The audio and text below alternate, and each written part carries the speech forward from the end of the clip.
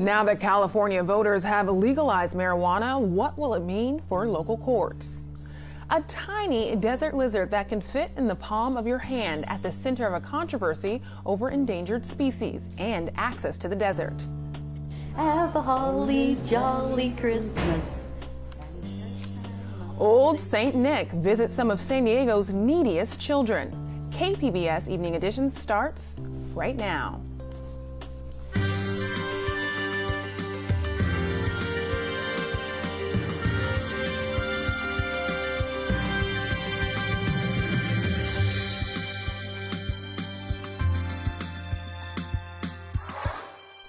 Good evening and thanks for joining us. I'm Ebony Monet. California lawmakers are taking a stance against potential immigration policies of President-elect Donald Trump. KPBS City Heights reporter Taryn Minto says a handful of bills introduced in the legislature aim to provide additional resources and protections for immigrants. Legislation introduced this week would limit coordination between law enforcement agencies and federal immigration officers, limit immigration enforcement at schools, hospitals, and courthouses, and provide resources for those in deportation proceedings. A bill introduced by Senator Ben Hueso from San Diego would provide legal services to people facing removal and help nonprofit groups provide immigrant communities with more information. Alliance San Diego's Christian Ramirez says measures like this can help people feel safer after Trump's campaign calls to increase deportations. Oftentimes, the biggest problem is not so much what immigration enforcement agents do, but it is the lack of information in immigrant refugee communities that create panic, that create fear. And what state lawmakers are attempting to do is to say to Californians that the state government will provide the resources that are necessary for folks to be well informed, and if they need to get an attorney, that the resources will also be available. Ramirez says the nonprofit Alliance San Diego could receive additional resources from the passing of that bill. More than a quarter of Californians were born outside the U.S., the largest population out of any state in the nation. In City Heights, the foreign-born population is estimated to be more than a third. Taryn Minto, KPBS News. When a U.S. company brings an immigrant worker into the country on an H-1B visa, it pays the federal government a fee. That money then goes to train American workers to one day fill that job. KPBS education reporter Megan Burks looks at how the funding is being put to work in San Diego County. This whole thing was made completely from scratch. Eugenia Fernandez is putting together an underwater robot. It was her 7-year-old son's idea to use Legos for the body. This is him singing. Is it too late now to say sorry? He's my entertainer. He's also my motivator. The motivator behind her final project at MiraCosta College. And he was like, you should build an underwater submarine that can fly. And also the motivator behind her going back to school. I'm almost done with this, and I think my professor has a bucket. Before enrolling in the engineering technician program, Fernandez was supporting her son as a fast food worker. When she graduates next week, she'll be eligible for jobs at places like General Atomics and Qualcomm. I feel well equipped. I feel like I can actually go out and get a career. More than 90% of graduates in the tech program end up with jobs in their field. And now MiraCosta can offer that opportunity free of charge. The Department of Labor has awarded the school $6 million to cover tuition for this and other workforce training programs for 4 years. As for Fernandez, she says her son would enroll now if he could. It's alive.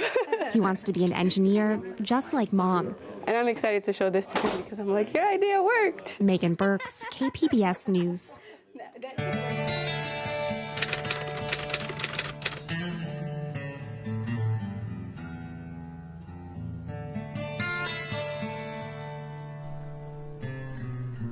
Just last month, California voters legalized recreational pot, and KPBS Metro reporter Andrew Bowen says the local impact can already be measured in one area: criminal justice.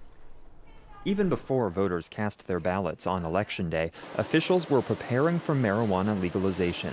Prop 64 changed some marijuana felonies to misdemeanors, and some actions once considered crimes are now legal. Deputy District Attorney Rachel Solov flips through a stack of petitions filed under Prop 64. She says so far, around 20 people in the county have been released early from jail or prison because of a reduced sentence. The next priority group is people on probation. And there's just under 300 of them, which we've provided to the public defender. And so now we're going to work through that list. And we should have that done, I would say, in the next couple of weeks. So we're really moving through it very quickly. Prop 64's reclassification of pot crimes also applies retroactively. That means anyone with a pot conviction can ask a judge for their criminal record to be changed or dismissed. Supporters say this will correct some of the injustices of past drug policies, which have disproportionately targeted minorities. Melissa Bobrow is a San Diego defense attorney who works on marijuana cases. She says Prop 64 doesn't allow for early release of sex offenders or the most violent criminals. We're not releasing violent felons into the communities. We're releasing people who are strictly in there for violating what were formerly the marijuana laws, and those laws have changed. Voters in the city of San Diego also approved Measure N, which will tax recreational marijuana sales. But the city's law regulating pot shops applies only to medical marijuana. That means the question of where marijuana can be grown and sold may come before a new city council in the future. Andrew Bowen, KPBS News. Sharp healthcare nurses have approved a new 3-year contract. They say it's the best one they've ever gotten, with a significant pay raise. Their union says the Sharp system has been losing nurses to better paying hospitals. They say this deal will help reduce turnover. Tobacco control advocates are praising a new report from the U.S. Surgeon General that highlights the risks of e-cigarettes. California has already taken a number of steps to restrict their use. These include banning vaping products wherever smoking is prohibited and raising the legal age to buy e-cigarettes to 21. In addition, the state will soon impose a tax on e-liquids that contain nicotine, thanks to the passage of Prop 56. That tax is set to go into effect on April 1st. Breastfeeding rates are on the rise in the U.S. Even so, the rates fall short of federal goals, especially among African American and Latino women. Experts say these disparities are due more to socioeconomic factors than race. In the second part of our 3-part series, KPBS health reporter Kenny Goldberg takes a look at some of the cultural and economic barriers to breastfeeding. One more full breath like this, sending in love, love, love, love, love into your baby. Baby's receiving it, and he's saying, Mama, I want peace in the world, sending out peace with the exhale. At a prenatal yoga class in San Marcos, Rooting down through your hips. Lisa Bandong takes her students through their poses. Good, I see shoulders trying to relax down, beautiful. Some of these women are ready to give birth any day. Good. Priscilla Marquez had her son Axel a couple of months ago. This lets baby know head down. She likes staying connected with her yoga friends. Marquez has been telling them about her challenges with breastfeeding.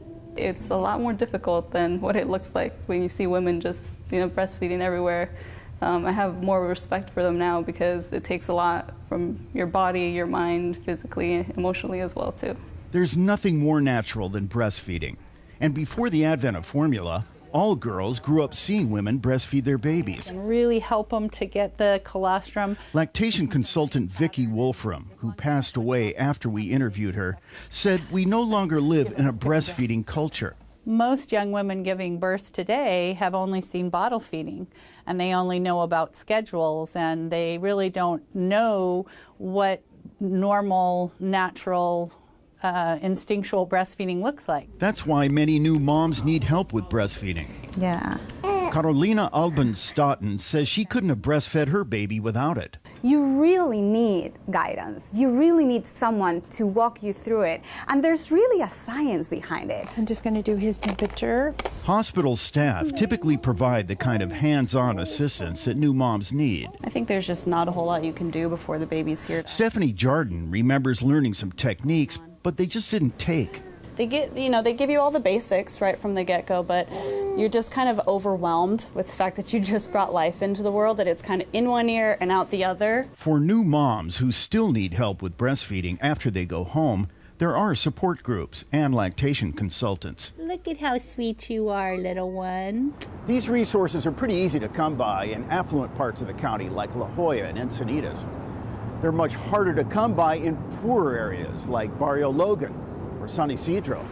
Women who live in these areas face some other barriers to breastfeeding. Here in our community, the women may be single mothers, more likely to be single mothers. They may not have family as readily available to help, and they may have to go to work earlier than others too. Dr. Yelenia Palacios is a medical resident at the San Isidro Health Center. She says breastfeeding is challenging. What's more, many new moms aren't sure if their babies are getting enough milk, so they turn to formula. That idea of, I don't want to have my baby go hungry and I'm not feeding them enough and I'm tired and I'm exhausted, so here's a bottle and baby will go to sleep and I can get some sleep too. No, muchas gracias por estar aquí. At their main clinic in Chula Vista, Palacios and other staff have created a support group for new moms. On a weekday morning, Mayra Moreno comes in with her 3-month-old daughter Ambar. She tells Palacios how things are going. At first, I had to combine breastfeeding with formula. Lately, when I'm on the run, I'll give her a couple of ounces of formula. But other than that, I'm breastfeeding exclusively now. When Moreno came home from the hospital, she wasn't totally comfortable with breastfeeding. She's not gonna let go. Luckily, she got some help from Lila Fitzhugh, the health center's lactation consultant. Fine. Is it better? You don't have to sit down. Fitzhugh uses a puppet and a mock breast to show new moms how to position their babies. You want the baby to latch well onto the nipple and have the bottom lip out. And so I just have some visual aids so that people can understand that it may be uncomfortable for a bit, but you'll work out the kinks and you'll be on your way. Dr. Palacios says not all women are familiar with the health benefits of breastfeeding. And for new moms who are feeling overwhelmed and uncomfortable with breastfeeding, the ease of formula can be hard to resist. Even so, Palacios says it's important to keep a couple of things in mind. Every woman wants the best for their child, and it's not that Latina women don't want to breastfeed. It's just there's barriers. We need to help alleviate those barriers so that we can be up to par with the other communities. Kenny Goldberg, KPBS News. We'll have the third and final part of our breastfeeding series tomorrow night. We look at the challenges breastfeeding moms face when they return to work. Even though the flat-tailed horned lizard faces challenges in the Coachella Valley, California wildlife officials voted against putting it on the endangered species list. KPBS reporter Steve Walsh has the story. For decades, development has been closing in on the flat-tailed horned lizard. First, farmers as far back as the 1930s, and more recently, solar farms and other development in Coachella Valley. Eileen Anderson is a senior scientist at the Center for Biological Diversity. The flat-tailed horned lizard, we believe, is sort of a bellwether for the health of the deserts in the southern part of the state. Last year, the 3.5-inch long lizard received a reprieve when the California Fish and Game Commission made it a candidate for the state endangered species list, which stopped events like road rallies, said Ron Quiet, who is president of the Terra del Sol four-wheel drive club. We can't do that because of the possibility of it being listed. Thursday, the commission voted not to include the lizard on that list. The staff agreed that the flat-tails numbers are dwindling in Coachella Valley, but other populations are still thriving. Steve Walsh, KPBS News. San Diego is getting a mix of weather this weekend. Some clouds, sun, and cold nights. Shanae Shocker has tonight's forecast. Another Pacific storm coming on shore, bringing some rain and wintry mixture at the higher elevations off into the Sierra Nevadas and even some heavier snowfall as well. That system's going to slowly move into the Great Basin. And for us, though, we're looking pretty dry. We have that area of high pressure inland. That's pumping a very weak offshore flow, keeping us mostly clear. Take a look over the past 6 hours, really not seeing any of that wet weather down into the southern region of California. So for tonight, sunshine. We're not looking at extremely cloudy skies, but we will still have a couple of those clouds floating around 54 degrees for the metro area. We head out into the mountains, and temperatures, they do drop into the upper 30s for Mount Laguna, Ramona at 41, up to our north in Oceanside, 46, and in Long Beach, we're sitting at 53. Everyone's seeing some of those clouds throughout the evening. Now, for the rest of our day, we'll be staying dry, heading towards this evening as well. But then we take a look at this weekend, and we're going to continue under a big ridge of high pressure. So still containing some wet and colder weather off to our north and into the northwest, some snow into parts of the Four Corners states. But down here in Southern California, it's looking pretty nice overall for this weekend. Let's see how this is going to play out along the coastal regions. Periods of sunshine going to last pretty much the whole week, but we do have increasing clouds over the weekend, especially going into Saturday. Going into Sunday, we'll see less of those clouds, and then by Monday, temperatures remaining in the mid to upper 60s, and we'll see some sunny skies here as well, even getting sunnier as we head towards the middle of next week. Now, inland temperatures are going to be just slightly warmer than they are out towards the coastal regions. We're still in the upper 60s, but we're closer to the 70-degree mark. So sunny skies going to continue. We're not looking at any aggressive winds either, and we'll be decreasing in cloud cover as we head towards next week. And by the middle of next week, we're back in the 70s for our highs.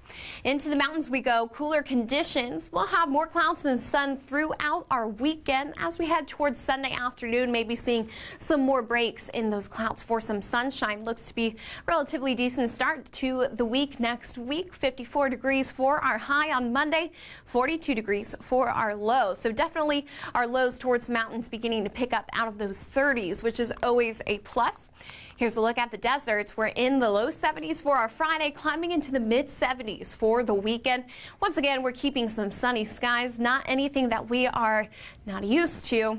And then heading towards our Monday and Tuesday, staying in those mid 70s, mixture of clouds and sunshine, but overall, very good week heading up into the next couple of days. For KPBS, I'm Shanae Shocker. Today, the Navy's newest surface ship came home to San Diego. The USS Zumwalt is the most technologically advanced destroyer in the fleet. It's also the most expensive. Now that it's in San Diego, BAE Systems will start installing combat systems, and the crew will start testing the ship. From the Navy's newest ship to the ones that helped win World War II. They were called Liberty ships, but after the war, they were obsolete and left to rust away. From Earthfix, Cassandra Profita has a look at this part of the environmental legacy of World War II. Today, Portland's South Waterfront has all the amenities of a modern city neighborhood. Aha, here we go. It's right here. But if you look closely, you can still see traces of a dirty industrial past. This has been here since the late 40s or 50s or 60s. I don't know when this was tossed over here. This chunk of metal came from the hull of a warship, one of many left to rust on the banks of the Willamette River. I notice here there's a big shackle. Paul Fishman spent years digging through the toxic mess. In the late 40s, through the 1950s, into the 1960s, we didn't have environmental laws. They did not know that, oh, this is full of PCB and that could cause cancer. They didn't know that. Right here, this is a fire brick from a ship's boiler. This was here, we kind of left it. Why pull it all out and put different rocks in there? Let's just leave this. I mean, in an engineering sense, it works. It also says to people, there was something else here historically. Wonder what that was. We build a sail, we'll never fail them. The victory fleet will be complete, we know. During World War II, shipyards were the pride of Portland. The victory fleet will soon defeat the foe. At their peak, they were launching a new ship every 4 days. Some would boast they were building ships faster than Hitler could sink them. President Roosevelt told Americans these ships would bring liberty to Europe. He called for a 7-day work week to build these Liberty ships even faster to win the war.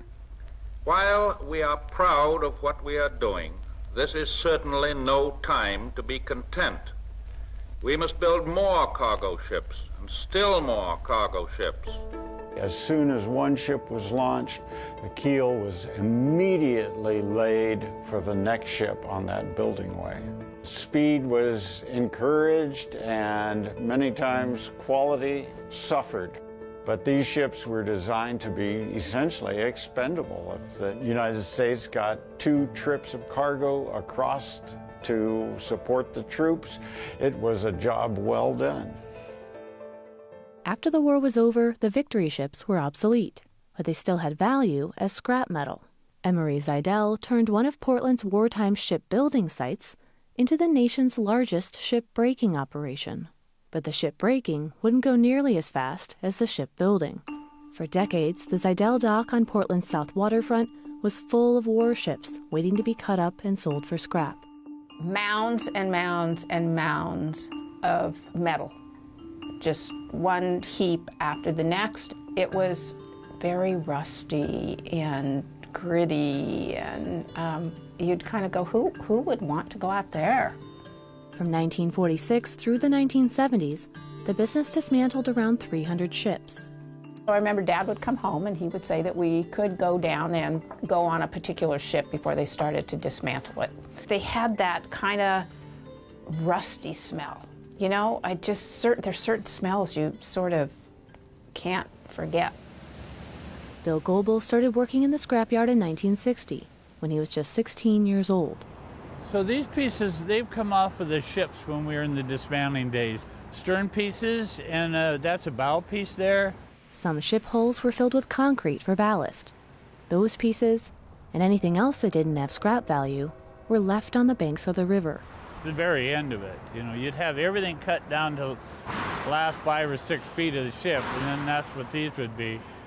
The company stopped dismantling ships in the late 70s, but the process of cutting up ships left a lot more than metal and concrete behind. When Jay Zeidel took over the business from his father, he inherited a polluted wasteland.